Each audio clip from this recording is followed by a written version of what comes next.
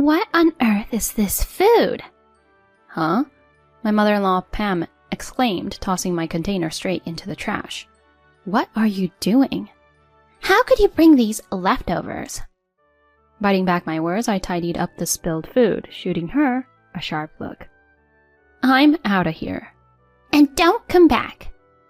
I'm Maggie, a 30-year-old office worker. So here's the news. I just tied the knot with Richard.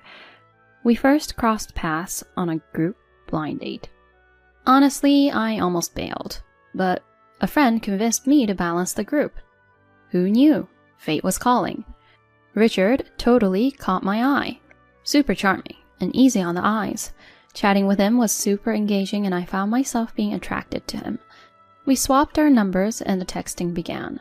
Dinners, movies, the usual couple stuff followed. Every hangout was pure gold. We were totally into each other. After going out for a bit, he spilled his feelings and boom, we were officially a thing. Everything was on the up and up with us. His date game was strong, had me on cloud 9. I was head over heels, especially seeing how he treasured me. About a year in, he hit me with the big question. Maggie, I can't picture life without you. Forever together. Sound good? Will you marry me? Absolutely. And just like that, wedding bells were in the air. Then came intro time. We met the folks. Richard, being genuine, really clicked with my parents. They were all, treat our girl right. Promise, she's in good hands. Phew, parents approved. Now the tables turned. Time to meet his family. Walking up to their place, I was mad nervous. His place was straight out of a history book.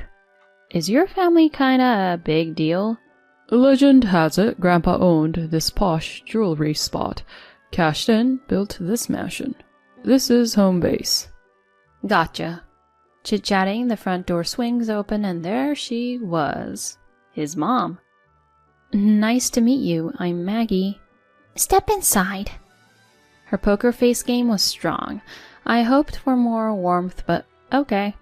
Inside, Dad-in-law was chilling. Did the intro thing and got a supernatural pleased to meet you. Awkward silence filled the room. Richard, trying to lighten things up, was like, oh yeah, we brought some treats. Mom's face lit up, if only for a sec. Thanks, we'll snack later. I mean, I expected tea time now, but okay. Is she not feeling me? She just took the gift and sat there. Come to think of it, they didn't give me anything. No coffee or cookies. I felt a bit of that cold shoulder. The conversation was super stilted, as expected. Richard, Mr. Optimist, launched into our wedding details. My mother-in-law, Pam, couldn't resist. When you're marrying into this family, there are rules. Go on. Big house, right? Family get-togethers are a monthly thing here. All right. We expect you at every shindig. Plus, pre-party setup? That's on you. You're kidding. She went all ultimatum on me. What? I glanced at Richard. He tried to soften it. It's kinda how we roll. Hope you get it. I really want this to work, but monthly family bashes sound daunting. Is this even a good idea? Doubts were creeping in. This might be over your head. It's a high society thing. Her smirk? Ugh. Felt like she was looking down on my family. Not cool at all. It's all good. I hope to get along with the family. She looked thrown off. Great, I'm eager to see. Her eyes were just as fiery as mine, and that wrapped that day. Later, the whole family jam happened. Pam was still talking sarcastically. After my folks asked me if I was sure about marrying Richard and into his family. I totally got where my parents were coming from, but I was smitten with him at that point. Plus, I felt that backing out would be letting my mother-in-law win, so the thought of canceling the wedding didn't even cross my mind. We had our beautiful wedding, jetted off on our honeymoon, and started our married life. About a fortnight later, we had one of those family gatherings Pam had talked about. We decided to give it a shot. I was curious if the rest of the family would be more welcoming, or if they'd be as frosty as her. Stepping into their home, there she was, seemingly waiting just for me. "Took you long enough. Hurry up and get ready," she said, her face as cold as ice, and steered me into the kitchen. I slipped on an apron, and she said, "You're on food duty for 20 today." I thought to myself, are you kidding? Why such a big get-together outside of holidays? Cooking under her watchful eye was daunting. She critiqued me non-stop. "You're all thumbs. Do you even know how to handle a kitchen? Your chopping's all over the place." But I've always been confident in my cooking. Heck, I felt she wasn't any better with a knife. Maybe she was just looking for excuses to nitpick. I brushed her comments aside, focusing on the task at hand. Time was ticking, and guests were coming. After wrapping up in the kitchen, I felt wiped out. I was about to catch my breath in the living room when my father-in-law Wally chimed in. "Hey, could you set the table?" So there I was, laying out dinnerware. I was dying for a breather, but no chance. With everything set, I plopped down on the sofa with some water. Pam was quick to notice. "Why are you sitting? Say hi to everyone." It felt a bit over the top since I was merely resting for a second, but I figured I should mingle, so I headed over. The room was packed. I was overwhelmed. About 20 folks, just like she said. Some looked familiar from the wedding. As I introduced myself, they all responded warmly. When they got a taste of the food I'd prepared, the compliments rolled in. "You made this, Maggie?" "Yes, I hope you enjoy it." "It's outstanding. Well done." "Much appreciated." They were genuinely lovely. They ensured I took a break, even reminding me to eat. "Thank you for making all these dishes for us, Maggie." Their thanks was heartwarming, but in the middle of a conversation, Pam beckoned. "Why are you lazing around?" she quipped. "I'm not. I was just mingling."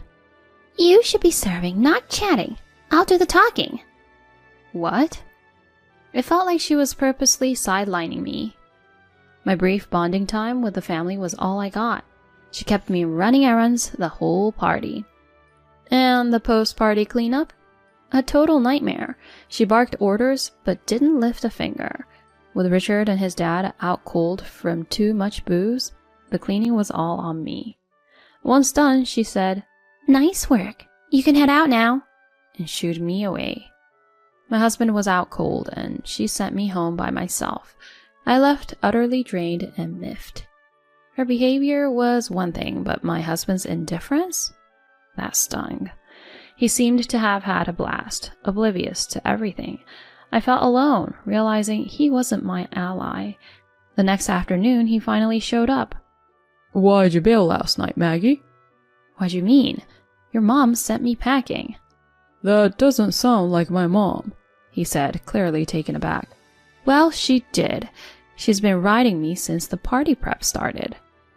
His face went from disbelief to anger as I filled him in. "Enough with the lies. Why do you keep lying like this? Have you lost your mind from drinking too much?" Honestly, I was dumbfounded. I never imagined he'd trust his mom so much more than me. Even with his parents' previous antics, I held on to the hope that he'd back me up. But that hope vanished quickly. From that point on, I started having doubts about him. I questioned whether we could keep going like this. We were newlyweds after all, just about half a month in. I figured I'd give it a year, if only for the sake of the folks who celebrated with us at the wedding. With that resolution, I kept going with our marriage.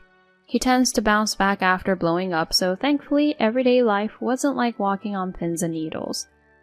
A month later, another gathering at the in-laws loomed. Prepping myself, I made my way there, curious about how many I'd be cooking for this time. I greeted. "Good morning, Pam." "Come to the kitchen right away." Per usual, she was straight to the point. Donning my apron in the kitchen, I noted fewer ingredients. Asking how many guests to expect, she responded dismissively. 7. "Just 7? Got a problem with that?" No. I was taken aback. Last time it had been way more, but 7 felt doable. With that mindset, I began.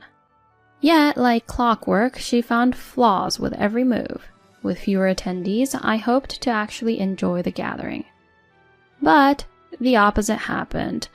Pam, now able to monitor me more closely, kept me on a tight leash, denying me any downtime. It was draining, even more so than last time. And my husband?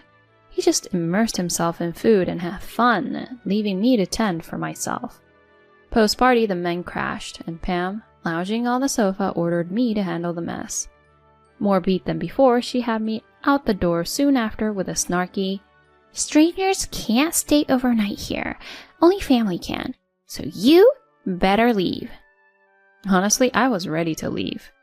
Dead tired, I hailed a cab, went home, and crashed.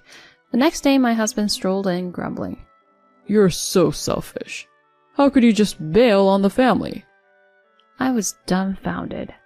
Your mom literally told me I'm not family and sent me home. But this only made him angrier. "Why the lies? I can't believe you'd stoop this low." His words stung. I told myself I couldn't handle another episode like this. A few weeks later, he mentioned a major family gathering. "Too much cooking for one morning at my folks. Maggie, they want some dishes prepped in advance." I begrudgingly agreed, thinking it'd just cause more issues if I declined. After a full day of cooking, I packed everything up. Cooking from home spared me any nagging from my mother-in-law. I got to their place early, prepping for the 50 expected guests. Once all arrived, Pam announced, "Thank you for coming. The meal will be out shortly. Enjoy some drinks in the meantime." She seemed to revel in playing hostess. She signaled me for the food. As I started unpacking the dishes to transfer them, she exclaimed, "What on earth is this?" "What do you mean?" "There's quiche, fried chicken, the dishes you asked for." Who'd eat such mundane food? In a shocking move, she tossed my dishes in the trash right in front of everyone. What are you doing? How could you bring these leftovers? I apologize, everyone. My daughter-in-law made a mistake. But don't worry, I've prepared some exquisite appetizers for you all. Turns out she'd planned this humiliation from the start. After I spent hours in the kitchen, she carelessly discarded the food right in front of our family, making me feel small. It was clear she was trying to push me around, aiming to have me in her grasp. How she managed that with such ease is baffling. Without uttering a word, I tidied up and shot her an icy look. "I'm out of here. And don't come back." And just so you know, I want a divorce. My outburst left my in-laws and husband speechless. Their only reaction was a stunned, "What?" "Wait a minute, Maggie. How'd you jump to divorce? This wasn't on me. We just celebrated our 3-month anniversary. Imagine the gossip." He complained. Looking back, I should have pulled the plug on this earlier or skipped the wedding altogether. A voice from the crowd said, "Can't you see you're why she's thinking divorce already?" More voices pitched in. That's right. If he can't stand up for his wife against his own mom's antics, that's just sad. "For real?" From day one, Pam has been nothing but nasty to Maggie. "And the silent duo, husband and so, are equally bad." The relatives laid into the in-laws, who were visibly shaken. Hang on, everyone. What's the deal here? Pam stuttered as relatives began to rise. "We can't stomach your antics anymore. Truth be told, these monthly invites are a total drag. We came out of respect for family, but seeing your constant digs at your daughter-in-law? We're done." Another voiced their agreement. Count our family out too. As the room buzzed with movement and chatter, Pam's distress was clear. Wait, what did we do? Choosing to exit with the crowd, I heard my husband's desperate plea. "Maggie, I messed up. Please, give me another chance." But a relative's response was swift. "Grow up. Where were you when she needed you? Later, I got an attorney to set the divorce wheels in motion. He dragged his feet a bit, but the mention of court had him signing on the dotted line. Since that day, it seems, the in-laws invite list has dwindled to none. Word is, Pam's now a shadow of her former self.